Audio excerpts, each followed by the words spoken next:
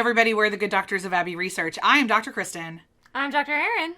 And you are exceptionally welcome to our final holiday movie conversation of 2021. Today we are discussing Lifetime's Under the Christmas Tree, which premiered on December 19th on the Lifetime television network as part of It's a Wonderful Lifetime. It's a Wonderful Lifetime, yes. Which they told us 900 times, along with really repeated viewings of the terrible Jake Gyllenhaal Prada ad commercial. Oh, God.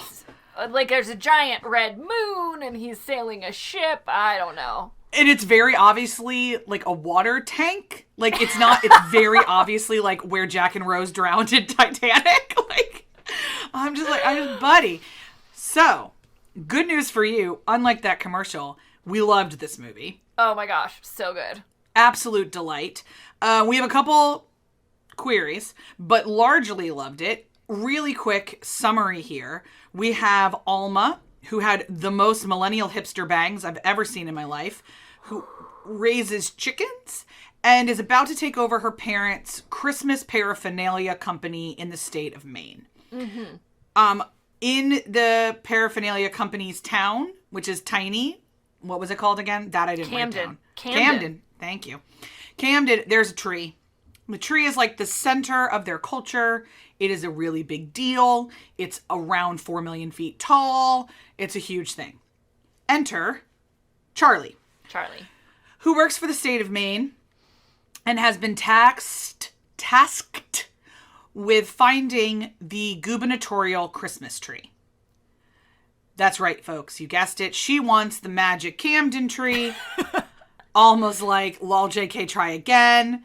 And in the process of trying to convince Alma to give them this tree, Charlotte and her incredibly charming assistant, Rohan, like, put themselves in the middle of all of the Christmas shenanigans in Camden, none of which felt nearly as forced as they normally do.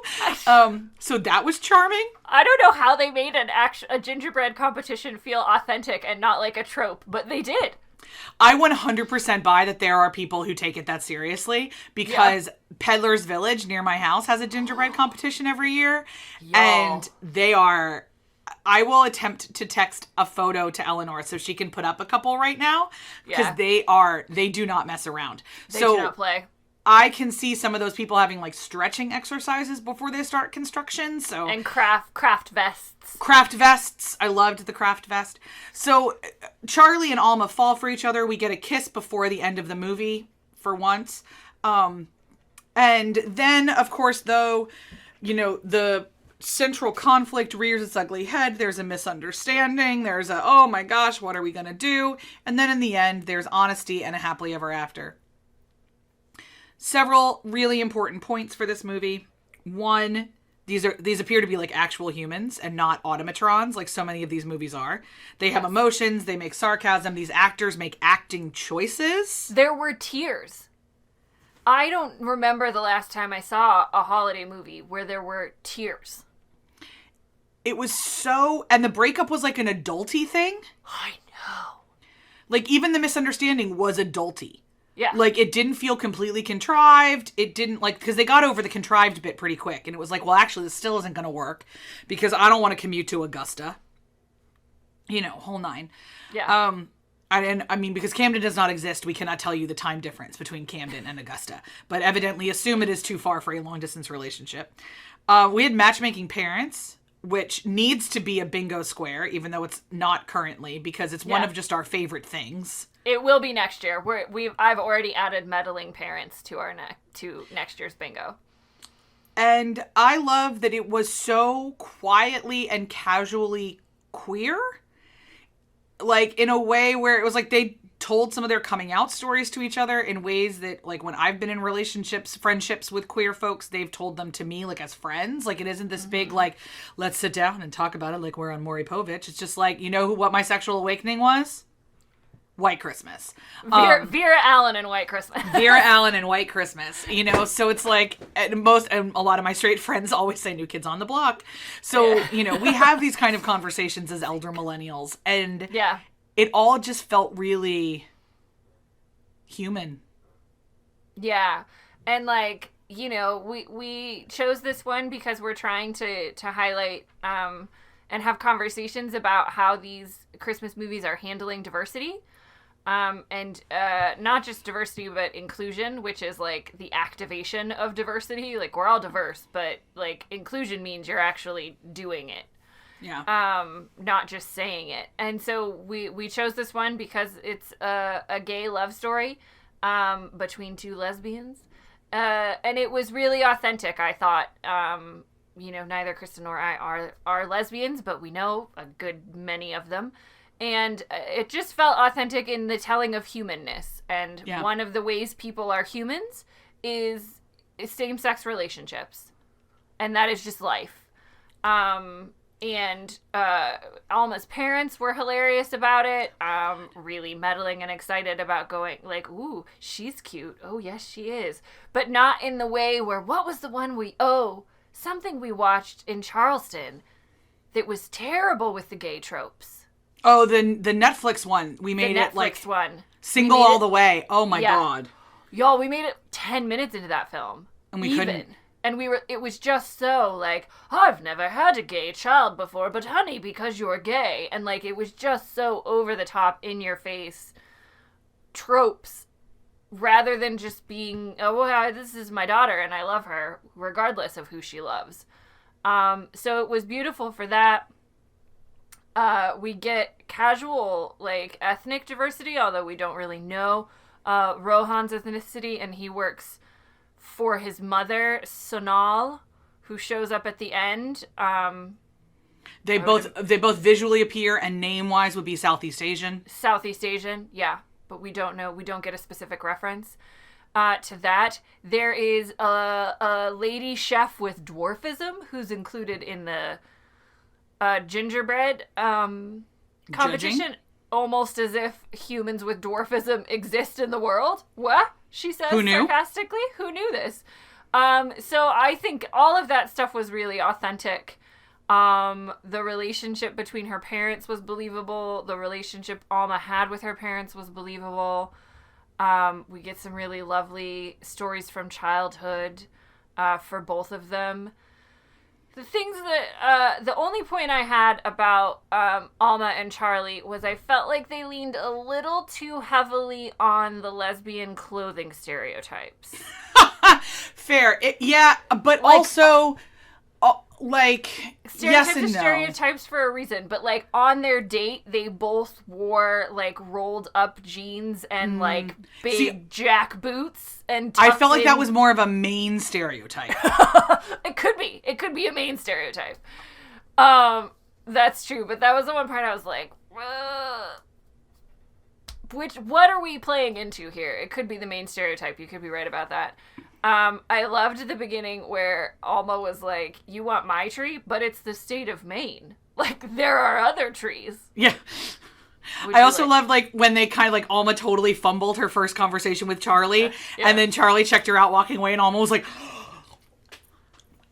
like, just like when people meet somebody they're attracted to, like, you know, those of us who are doofuses often do. So it was just, their meet cute was adorable.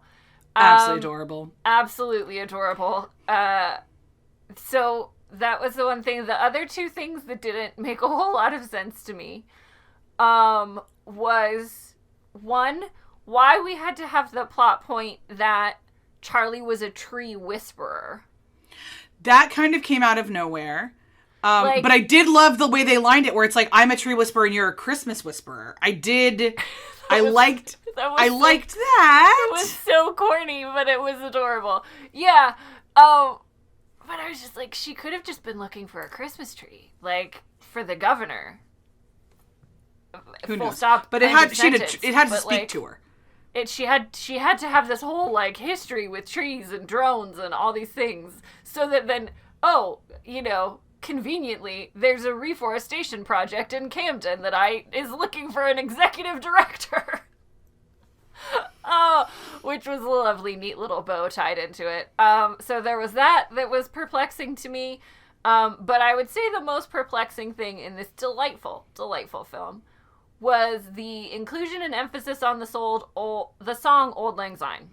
Yeah, this felt like this is somebody's hobby horse. Like, I have a hobby horse that Silent Night is the worst Christmas hymn because there is no way that Mary was silent giving. It was not a silent night. It was not a silent night at all. At all. My favorite, actually, there's a song called Labor of Love by Andrew Peterson that Jill Phillips sings, and I'll make sure Eleanor links it in the show notes, because, like, that's how it is. And the song opens with, "It was not a silent night on the streets of Davidstown. There was blood on the ground." Like, you could hear a woman cry. Like, pals, she was giving birth. So, this felt like somebody's hobby horse. Like, Auld Lang Syne is not a sad song. And they needed to, I mean, like, I once wrote a whole fan fiction about my hatred of Silent Night. So if I had the power to write a Christmas movie about my hatred of Silent Night, it's entirely possible I would have. That's what this felt like to me. Yeah. So I watched this with my mom, as you guys, if you know from our holiday movie coverage, it doesn't often happen because Suzanne does not. I know, when she said we're watching it, I was like, I'm sorry. Come again. I'm sorry. I mean, she sat through it. I don't know if she watched it. But how many of these do we watch? But at the point where the dad from Veronica Mars, which he is, who's playing Alma's dad, was telling the story of that he used to sing Auld Lang Syne to his wife and daughter. And my mom was like, who sings that song to their wife and daughter? Like, why is that the song with sentimental value? It was so confusing, and then there was, like, playing it on the piano, sure. Like, that was fine. I was here for that. But then it reappeared as, like, this tradition, and I was like... And then, like, Enrico Colantoni is not actually a gifted singer. And so that felt like... that it feels like what we do when we have Leanne Rimes in one of these. Right. But what we had was the dad from Veronica Mars. And so... You have to give Jordan Sparks a song. I love Enrico Colantoni. He was great in Don't Shoot Me. He was excellent in Veronica Mars. I love him. He's a great actor. I'm acted the crap out of this film. Not rushing to download his Spotify single. Of Auld Lang Syne. No. It was so much emphasized that I thought they were going to start singing it when they lit up the Christmas tree. Yeah, I anticipated that as well. And they Or didn't, the movie should have been called Auld Lang Syne. Yeah, so there were a couple of things where I was just like... Really, right now? Really? Lifetime? Like, they felt like they needed to do something extra tropey. Like, my notes are like, you know, the houses aren't overly decorated. Like, the trees were a bit much, but, like, some of the Hallmark ones, even in Baking Spirits Bright, it was, like, a garland for every kitchen cabinet. Yeah, because they treat the movies as ways to sell merchandise in the stores. Yeah, because it's like Balsam Hill sponsored, you know. So that, like, so many things felt normal about this. Yeah. And then so it was totally left field to have this, like... There was also not an excess, because I love shots of dessert, but, like, an excess of dessert shots. I was just confused as to why we even had the patisserie. Like, this is one of those, like, okay, they just needed something for Rohan to do. And then, if there was a Lifetime cinematic universe, what would need to happen now is that next year it's Ricki Lake's story. Yeah, because we didn't even talk about the fact that Ricki Lake is Alma's best friend and business partner for both a, like, in the way it makes sense in that, like, small towns are quirky and weird and, like, things happen in small towns. Yeah. And then also doesn't make any sense unless you're gonna pay it off later. Like, again, I wish that more of these holiday movies were connected like romance novels were, because I would love to watch an entire season of one town. Yeah. Where and just everybody gets their own romance on a Saturday night. Everyone gets their own story. Yeah, that would be amazing. And, like, they were oddly too specific about... Yes, it like, just tilted into, like we say all the time, the most specific stories are the most universal. But it can tilt into, really? And that's what this one did. It wasn't necessary for us to know the details of how Ricki Lake became a patisserie chef, and, like, it wasn't even necessary to know how they met. Like, it wasn't. It was part of the story, but, like, for the story of Charlie and Alma, we didn't need to know the backstory of her best friend. Well, I mean, I love the kind of lived in found family kind of aspect of all of it. Like, That's I a was good- okay that's a good with point. that. That's a good But, point. and so it felt like a more realized, we're dropping in kind of thing. The, like, long conversation about, like, some of the other things, it tilted a little bit too much for me. It tilted a little bit too much, yeah. But not necessarily bad. Right. I also just glanced down at my notes. The mystical owl was that weird. we could have done without. We could have that done was without not the mystical necessary owl. at all. Yeah, that one felt... Kris Kringle, the owl that just happened to fly to the village she was in and hoot so that she could find the tree to replace the Christmas tree for the governor. No, y'all. No. No. And there was somebody on Twitter, and I don't remember who, but I was just scrolling it because this was premiered last night. So I was watching it on Twitter as well as watching it on my television. And somebody was like, I don't mean to be this person, but those trees are chosen like 3 years in advance and tagged. And like, but I always love it in holiday movies where someone starts with, I don't mean to be this person. I know we're picking the one thing. Yeah. Yeah. And it's the same thing, like, when we were watching Sharknado, my husband started getting really, really upset with, like, you cannot get there that quickly in Los Angeles. I was like, it's a tornado made of sharks. Like, if you're looking for authenticity in Sharknado, I believe you are looking in the wrong place. And there's an element of that here, even though this one felt more realized than a lot of other ones. Yeah. It just reminded me tangentially, but it's really funny. I fell down a rabbit hole this weekend. I told Dr. Kristen of watching all of the press tour footage of Tom Holland and Zendaya from Spider-Man No Way Home. And one of the clips, he's complaining about the poster for No Way Home. Yes. Because of the gauntlets on his wrists. And he's like, you can't bend your wrist like that. And Zendaya's just like, that's the thing you're choosing. She was like, in the Marvel Cinematic Universe. He's like, but it's impractical. He can't bend his wrists with that gauntlet. And she was like, Tom. Of all the things, you're picking that.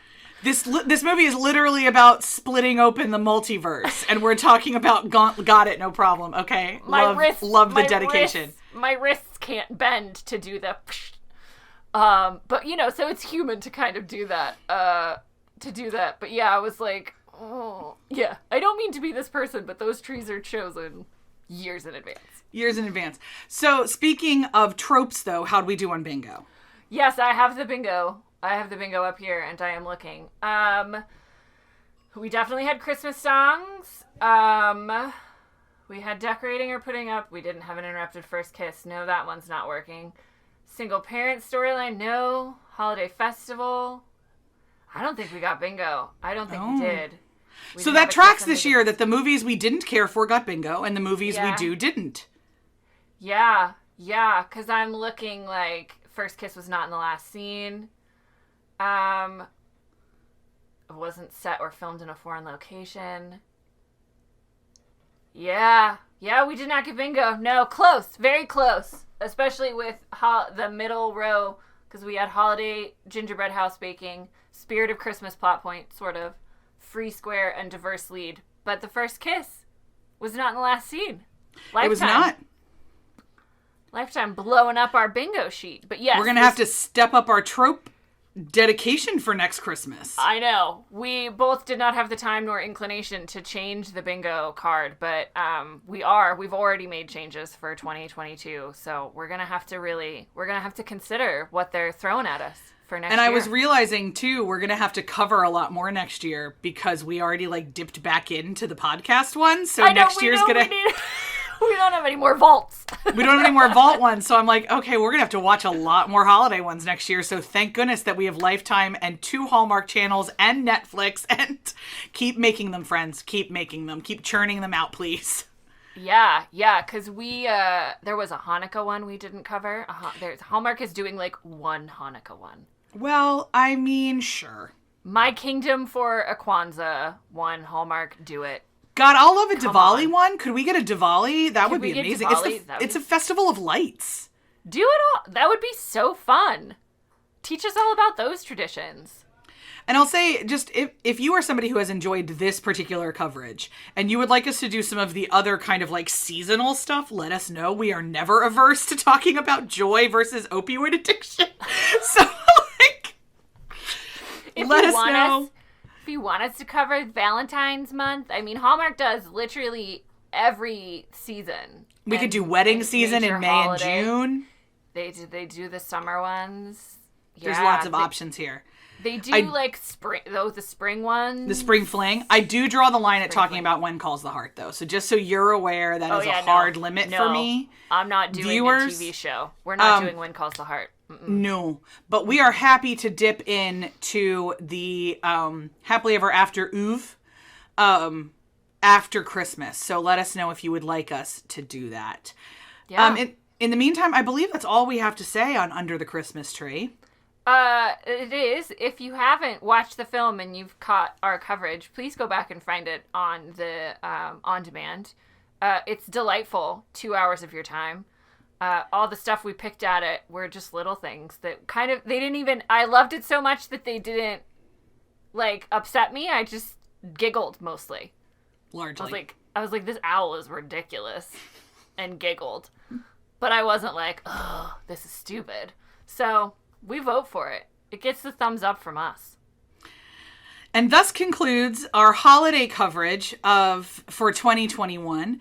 Our deep hope for you is that you find warmth and family and joy and hope, whatever those things look like this season, whether they are in a small town in Maine or at your family's fruitcake factory. What we really hope is that, very honestly and sincerely, that whatever this holiday season needs to look like for you, it can. We know that once again, we're about to enter COVID season 3, and this Christmas is looking very different for most of us than we actually wanted it to look.